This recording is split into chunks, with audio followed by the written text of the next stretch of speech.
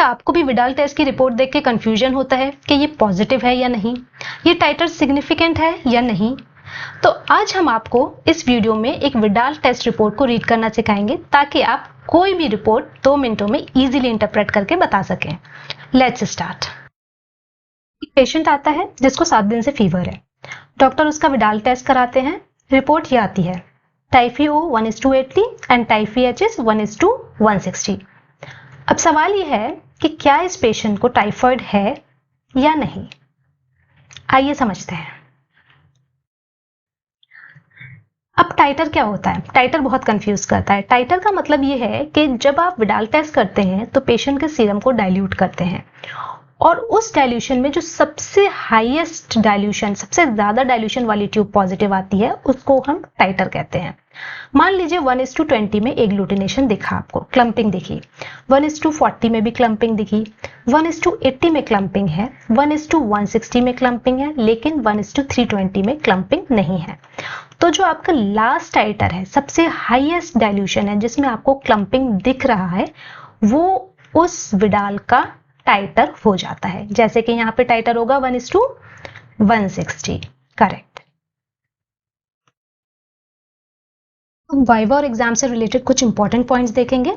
India का significant टाइटर O more than 1:80, H more than 1:160, AH और BH more than 1:80 consider किया जाता है at most of the places. लेकिन टाइटर कट ऑफ वेरी कर सकता है region to region, even within India. Local लोगों का normal antibody titre, baseline titre क्या है, ये बहुत इंपॉर्टेंट है जानना। सिंगल टाइटर का टेस्ट कैन बी मिसलीडिंग। इसके लिए हम हमेशा पेयर्ड सैंपल में 4-fold राइज देखेंगे, which is diagnostic for typhoid. ये कुछ और वेरिएशंस हैं जो आपको डिफरेंट एरियाज और डिफरेंट लैब्स में देखने को मिल जाएंगे। They are also correct. Widal titre and its interpretation से रिलेटेड एक डिटेल वीडियो ऑलरेडी हमने अपलोड की है। Also which test is best to diagnose typhoid fever is also uploaded in our channel. वो मैं आपको नीचे डिस्क्रिप्शन बॉक्स में लिंक कर दूंगी। अब हम O और H एंटीबॉडीज के बीच में मेन डिफरेंस समझ लेते हैं। O एंटीबॉडी जल्दी अपीयर होता है, H एंटीबॉडी लेट अपीयर होता है। O एंटीबॉडी शो करता है कि एक्टिव या ऑनगोइंग इन्फेक्शन है, H antibody past infection, ongoing या फिर वैक्सीन के केस में भी पॉजिटिव आ सकता है। O एंटीबॉडी बढ़ने के बाद खत्म हो जाता है, शॉर्ट टर्म में आपके बॉडी में राइज करेगा, जबकि H एंटीबॉडी एक लंबे टाइम तक परसिस्ट करता है बॉडी में। यूजुअली O एंटीबॉडी 7 से 10 दिन में बढ़ने लगता है, जबकि H एंटीबॉडी को 2 से 3 हफ्ते लग जाते हैं हमारी बॉडी में बनने के लिए। अब हम रियल लाइफ केसेस देखते हैं।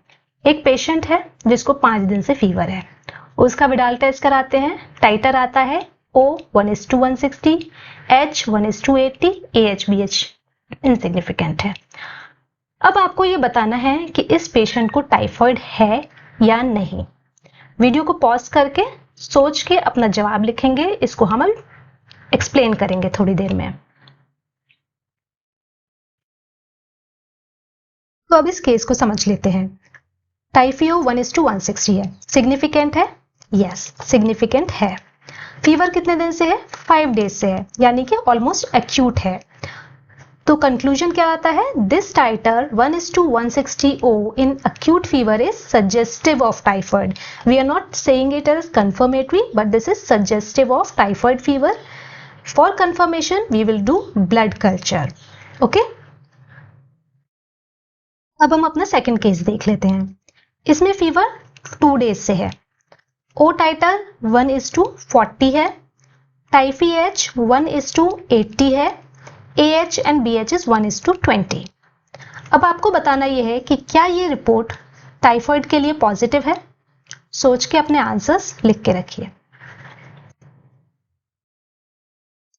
So now let's see. Here O is 1:40. Significant? No. H 1:80 है. Significant है? नहीं. So this report is not diagnostic of typhoid, but it can be a case of early infection. Fever का duration less than 7 days है और हमें पता है कि एंटीबॉडी अपीयर होने में 5 से 7 दिन लग जाते हैं। So Widal is often negative in first week of fever. This is very important exam question. हम इस केस में क्या करेंगे, एक रिपीट विडाल करेंगे 1 हफ्ते के बाद और राइजिंग टाइटर्स देखेंगे। अगर पेशेंट को साइन सिम्टम्स है तो ब्लड कल्चर करेंगे कंफर्म करने के लिए। अब हम अपना तीसरा केस देखते हैं।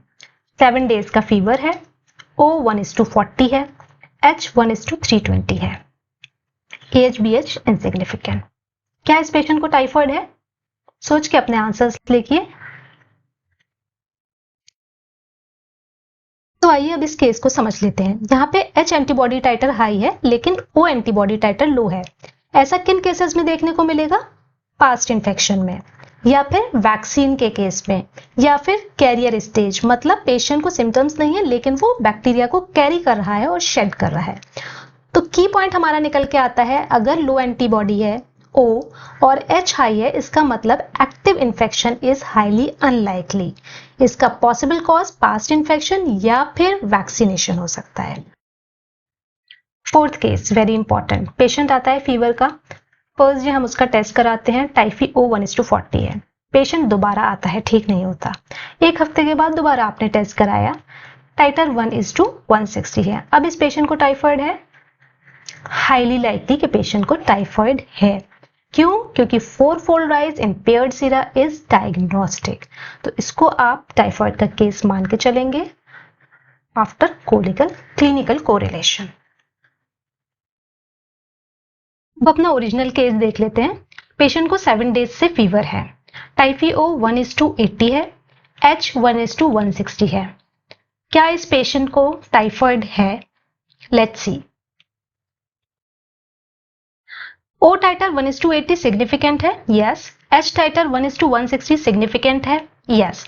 So it could be a case of early infection. अब ऐसे केसेस में हमें करना क्या है? ऐसे केस में हम एक रिपीट विडाल टेस्ट कर सकते हैं आफ्टर 5 to 7 डेज और देखेंगे कि टाइटर राइज होता है या नहीं। इसके अलावा कंफर्म करने के लिए हम ब्लड कल्चर कर सकते हैं and most importantly we have to correlate clinically. और बाकी अगर कोई इन्फेक्शन उस वक्त प्रिवेल कर रहे हैं लाइक डेंगू, चिकनगुनिया, तो उसको हमें रूल आउट करना पड़ेगा।